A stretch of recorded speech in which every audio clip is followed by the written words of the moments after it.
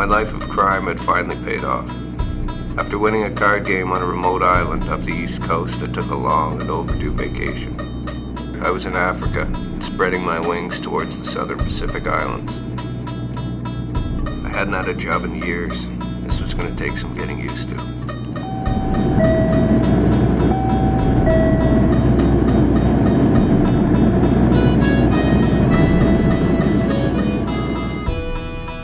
I was picked up by a large man in a black suit holding a sign with my name on it. My Uncle Tony, an old friend of the family, said it was a service for good people like me. I'd known him for years, and he always told me that he had good prospects for me out here. Now was the time to take him up on the offer. It wasn't long till we hit the wharf. I was supposed to be meeting Uncle Tony for lunch. He had a hideout apartment near the South Bridge, about 15 minutes away.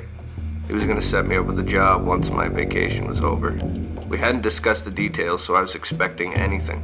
His jobs were usually legit, but you never know. Uncle Tony's a little funny that way. This one time, he had me do a small bank job just to see how I'd do. I cleaned the place out, no sweat. One of Uncle Tony's guys was supposed to take care of the bank's video cameras, but go figure, I got pinched a couple days later at a supermarket. I started thinking that Uncle Tony had a lot of friends, but probably the same amount of enemies, maybe more.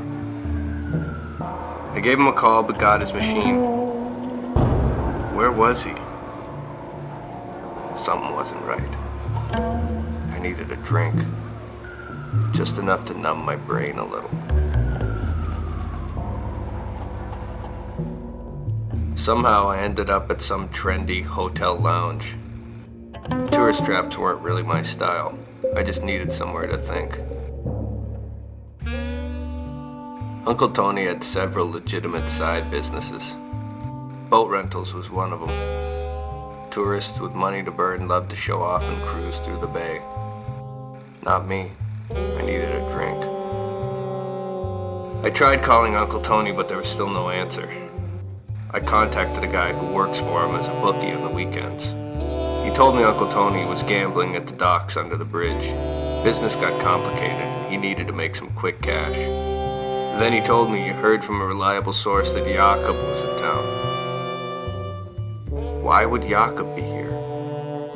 Was he still pissed that I'd cleaned him out on the island? That was over 7 years ago.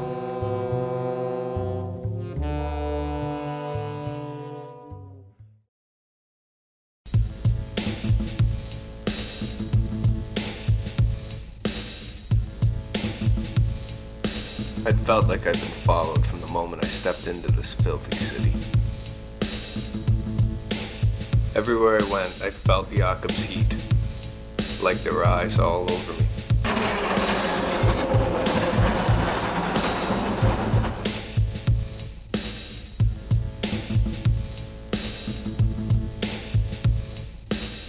A good game of cards would definitely ease some pressure. It doesn't matter what the game is. If it involves cards and cash, I'm in. Gambling has always been sort of a hobby of mine. People don't realize the amount of information passed through your average game of cards. But you gotta know what you're looking for.